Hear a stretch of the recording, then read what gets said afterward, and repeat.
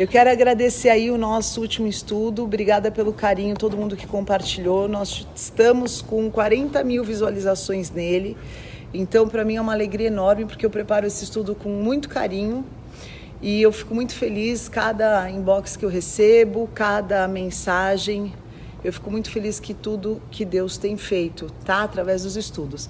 E a gente começa agora então o nosso estudo. Eu vou dividir em duas partes. A ansiedade que se processa na nossa alma é um estágio da ansiedade e é aquela que domina o nosso espírito. Então, Deus nos formou, como a gente falou na última aula, está aí disponível, está no meu canal no YouTube também, vocês podem assistir. Nós estamos falando de sentimentos tóxicos, então nós temos o que desintoxicar, porque o corpo, tanto quanto o espírito, ele pode estar intoxicado por ideias, por pensamentos, por sentimentos que não são bons. Da mesma maneira que enquanto a gente não tem uma educação alimentar, a gente come de tudo e acha que está tudo bem, mas você começa a sentir no seu corpo indisposição, ganho de peso e tudo isso, o espírito também. Enquanto a gente não desenvolve o que nós chamamos de discernimento espiritual, que é isso que eu vou ensinar na segunda etapa da nossa aula, você se alimenta de tudo que espiritualmente se apresenta, sem ter o espírito crítico, que é aquilo que é o teu escudo, onde você se protege. Isso aqui é para mim, isso aqui não é. E sem perceber, constantemente, acredite ou não acredite, nós estamos submetidos a isso, né? Então tem muitas coisas que nós não vemos. Por exemplo, eu trabalho com rádio, eu sou comunicadora, né? Então trabalho com comunicação. Então ondas de rádio nós não enxergamos, mas elas estão. Imagina que um espaço aéreo, por exemplo, como de São Paulo ou da Flórida, não existe mais banda aonde você colocar uma nova estação. Quer dizer que ele está todo tomado por radiofrequências, que a gente abrevia e chama rádio. Mas é uma frequência que ela está ali emitindo um sinal e dependendo de onde você sintoniza, é o que você vai ouvir, é o que você vai acompanhar. Espiritualmente nós temos uma antena, todos nós, que dependendo de onde você sintonizar espiritualmente, você vai acabar se relacionando com aquela frequência espiritual. Esse é um exemplo que eu uso muito para figurar aquilo que é a nossa vida espiritual. E os sentimentos, eles acabam oscilando muito de acordo com a nossa saúde espiritual. Amém? Bom, então, a ansiedade, normalmente, no estudo que eu preparei para vocês, né? Eu queria que vocês escrevessem, né? Ou no caderno, ou no celular, ou você em casa escreve no computador. 3 fatores que estão te gerando hoje ansiedade. O que tem te feito sentir ansiedade, né? Então, eu escrevi o que muitas vezes me leva a ter ansiedade. Quem está aqui presencialmente vai escrevendo enquanto eu vou relatando o que eu escrevi. Então, eu sinto às vezes ansiedade pelo meu trabalho, me gera ansiedade. Às vezes eu fico ansiosa pelos meus filhos, na educação dos meus filhos e na preocupação com o futuro deles. O futuro às vezes me gera ansiedade se eu estou fazendo aquilo que eu devo para o meu futuro. E como eu sou uma pessoa que estudo demais, às vezes o se preparar, o estudar para aquilo que eu exerço também muitas vezes me gera ansiedade, porque às vezes eu quero coletar o maior número de informações possíveis e isso me deixa ansiosa. Então eu listei esses 4 itens que me geram ansiedade. Tá? Você em casa vai limitando, vai escrevendo. Então todo mundo escreveu aquilo que causa ansiedade? Vocês escreveram? Amém, tá. É importante a gente identificar o que gera essa ansiedade dentro de nós, porque essa é a grande raiz, né? Bom, eu descobri também, fazendo essa pergunta, que muitas vezes eu sou muito boa para o meu próximo, mas eu sou uma carrasca de si própria. E isso muitas vezes me torna ansiosa. Então, como eu sou uma pessoa exigente, eu sou cobrada em alta performance, eu me exijo demais. Como você, Félix, quando você está numa orquestra, você não pode dar uma nota errada, porque você está no meio dos melhores músicos do mundo, você tem que ser excelente do começo ao fim. Então, esse aprimoramento constante, isso também me deixa muitas vezes ansiosa, porque eu deixo de desfrutar os momentos em que eu consegui, né? Perfeito. Então, como se processa isso na nossa alma em primeiro lugar, né? Então, a gente identificando esses momentos em que a gente se sente ansioso, a gente precisa entender que esse é um mal do século. 80% da população mundial hoje sofre de crises de ansiedade. Então, outro dia até vi um post que fala assim, o homem paleolítico, o homem neolítico e o homem moderno que vive no ansiolítico, né? Porque vive ansioso, vive tomando remédios. Daqui a pouco eu vou falar sobre 10 técnicas para diminuir o nível da sua ansiedade. Bom, como vai se construindo? A ansiedade não é algo que aparece da noite para o dia, tá? Ela é um empilhamento de situações. Como que a ansiedade vai se construindo interiormente? Normalmente, quando você está num período de transição, de mudança, onde a sua segurança ou material ou humana está sendo desafiado, essa insegurança você passa a, às vezes, depender mais das pessoas, depender mais de circunstâncias externas. Isso é um fator que gera ameaça, tá? Porque a ansiedade ela está diretamente ligada ao medo. A ansiedade é o pano de, vamos dizer assim, a vitrine do medo. A raiz da ansiedade é o medo. Então, quando a gente começa a perder esses chãos, né? Isso começa a nos gerar inseguranças, medos e ansiedades. Daqui a pouco eu vou falar como a gente combate isso na alma e depois, num segundo momento, como a gente combate isso espiritualmente, tá? Bom, outra coisa que acontece é você, então, entender qual que é o meu momento. É um momento que eu estou propício a sentir mais ansiedade, ou é um momento em que a minha circunstância me gera mais segurança e eu estou menos propício à ansiedade, tá? Então, eu preciso identificar aquilo que me deixa inseguro. Então, por exemplo, uma pessoa que num relacionamento é muito ansiosa, chega a ser obsessiva. Por quê? Porque ou a pessoa, o parceiro, o companheiro, ou mesmo na amizade, a pessoa já demonstrou algum traço de deslealdade, demonstrou algum traço de... Então, isso vai te causando... Então, primeiro, a gente sempre tem que partir dos relacionamentos tóxicos do diagnóstico, tá? Um bom tratamento só pode acontecer mediante um bom diagnóstico. Por isso que eu estou gastando esse tempo com vocês, né? Teve uma vez que meu marido, no Einstein, uma virada de ano, ele estava com dengue, ele foi diagnosticado com dor no ouvido. E eu falei, sem ser médica, né? Mas a gente conhece. Eu falei, ele tá com dengue. E a médica falou, eu sou médica formada. Ele está com dor de ouvido. E ele ficou tomando remédio para dor de ouvido. E graças a Deus, né? Que eu comprei muita água de coco no final, no 10º dia da dengue, que ele estava quase morrendo. Eu falei, eu vou voltar no hospital. Aí chamei o meu médico de confiança, ele falou, Fernanda, ele acabou, tá? Hoje é o último dia do ciclo, então ainda bem que ele passou bem, porque como é que uma pessoa trata o ouvido? Então, às vezes você está com um diagnóstico errado daquilo que são os teus sentimentos internos. É bom a gente fazer um bom diagnóstico, tá? Outra coisa que nos gera ansiedade é o vício de pensar, né? A gente vive na era da informação.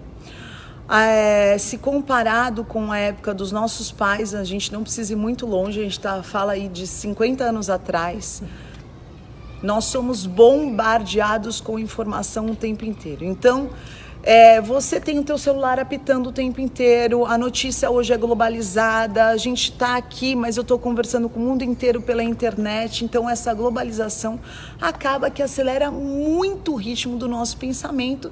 E você já pegou, a gente que tem máquina de cegar em casa, você já pegou ou pôs a máquina de bater roupa num ritmo muito acelerado? Outro dia eu pus um tapete mais grosso e eu pus tanto para centrifugar, porque eu queria que o tapete saísse quase seco, que a máquina saiu pulando. Eu achei que tinha até... Ela saiu andando, até eu fiquei tão... Então, o que acontece? O cérebro é a principal máquina.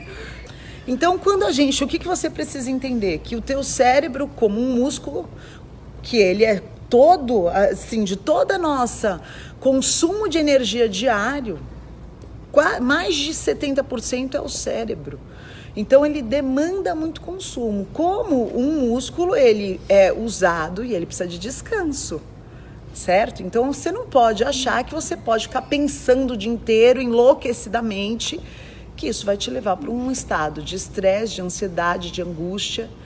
Então, é importante você desenvolver mecanismos onde você desacelere essa aceleração mental, porque hoje tudo que nós vivemos promove esse ambiente. E, em último, um fator de ansiedade é o ambiente, tá? Então, se eu convivo com pessoas muito ansiosas, muito inseguras, aquilo que a gente falou no outro vídeo, na primeira aula, que a primeira maneira para eu eliminar o que é tóxico é tirando pessoas tóxicas da nossa vida, porque tem pessoas que são tóxicas, a pessoa tem um padrão de pensamento contaminado por aquele olhar destrutivo. Não precisa nem falar, né? Não precisa nem falar, né, Félix? Tem muito. O músico sente mais. Por que será, hein? Por causa da arte.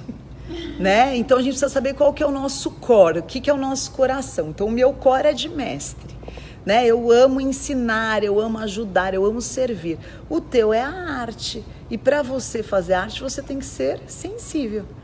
Na mesma sensibilidade que você tem para a beleza, para a nota, o ouvido clínico, na mesma intensidade você sente o que é ruim. Eu sinto para muito mais. Muito intensamente, da mesma maneira que quando você ouve uma orquestra, uma música, ela deve falar muito intensamente no teu interior, porque você identifica coisas que eu não identifico.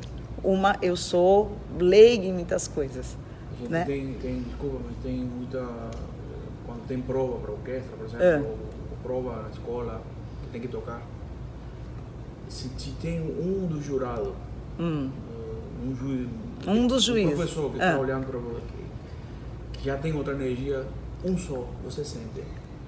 Porque ali você... Porque o que é? O que é a arte, né? Hoje o Renascer Praise está fazendo a primeira apresentação cristã no primeiro teatro que foi fundado na história do Brasil, que é o Teatro Amazonas.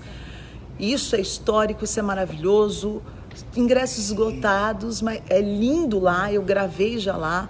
Mas o que significa para mim? Agora eu vou falar o meu olhar espiritual.